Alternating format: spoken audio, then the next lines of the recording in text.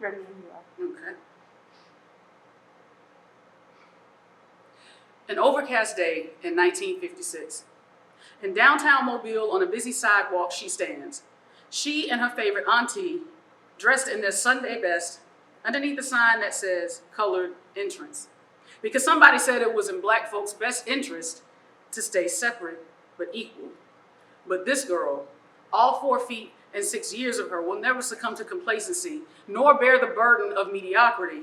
And though all of her magnificence may not yet be able to understand the significance of existing in this moment in time, she'll become all too familiar with trial and tribulation, because society already made the determination that her skin color somehow makes her inferior.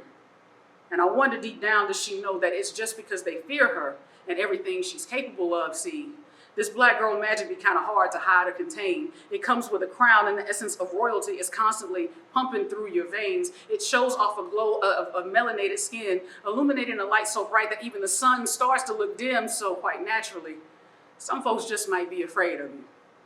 So they tell you can only drink from certain fountains, try to silence your voices, tell you to only be seated in certain sections, and try to take away your choices, but with a smile that houses optimism and defiance perfectly side by side. Without saying a word, you'll see that she's able to project legacy and pride. So she will never go along just to get along. She will always push back against the system. Armed with a boldness and rebellion, she will continue to reject racism for the virus that it is, and there may never be a vaccine, a deep stain on this world that may never come clean.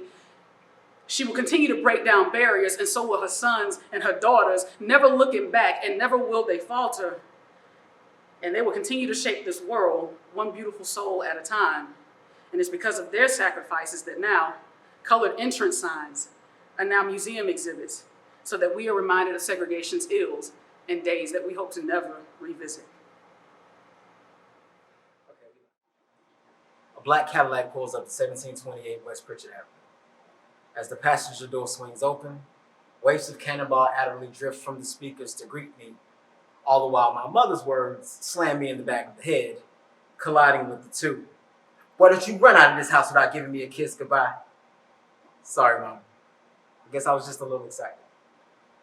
See, Saturday mornings were for bonding, where grown men and young boys went together to go get clean.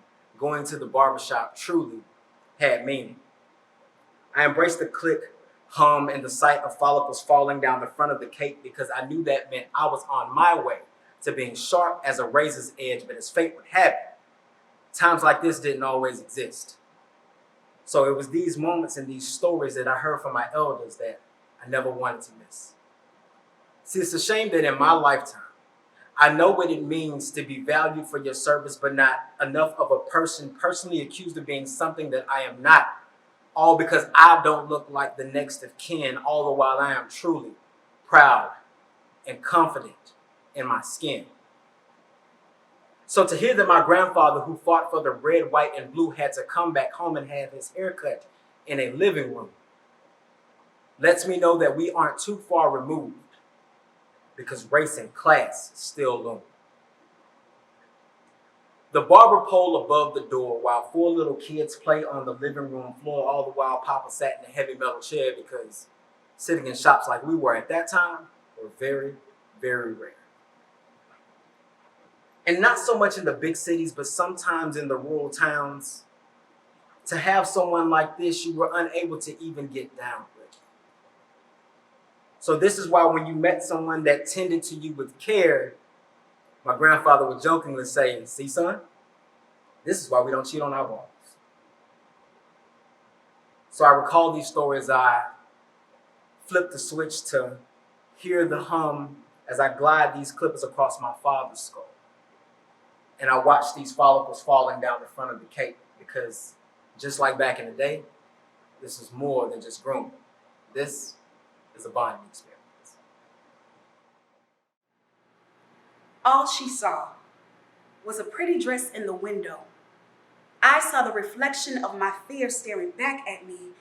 She is my baby, and she is unaware of the assumptions that will be made of her, or the colored sections they'll try to fit her in, segregating her feelings and slurring her worth. I prayed over my child even before her birth. You will never compare yourself to them. You will never dim your light. Little girl, you better shine, not just because you are mine, but because you are yours.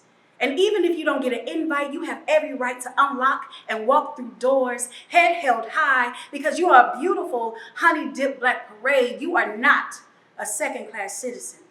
Do not ever be afraid of the staring eyes of the dummies on the other side of the glass.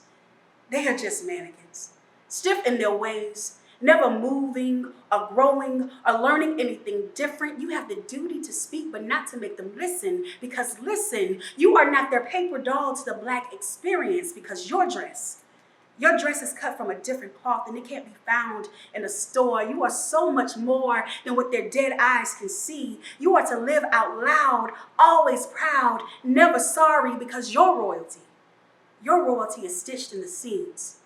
Patches of trains of queens that came before you are sewn into your holy parts. You, my beautiful Black mahogany child, you are a wondrous work of art, but yes, that is a very pretty dress. I lived during times of hatred and destruction, awakened every morning, praying, wishing, hoping. Maybe today, I won't have to fight for my life. Just to live as a human being. Yeah, that would be nice. But instead, I am on this porch with this gun in my hand. Your skin color isn't a threat. Can you possibly understand what it's like to want to be simply treated humanely, guilty until proven innocent, yet you are the one complaining? We scowl and mean mug, forced to accept being mistreated, while they go home to their families and talk about the events of the year. Able to walk freely without a need for protection, that would be grand.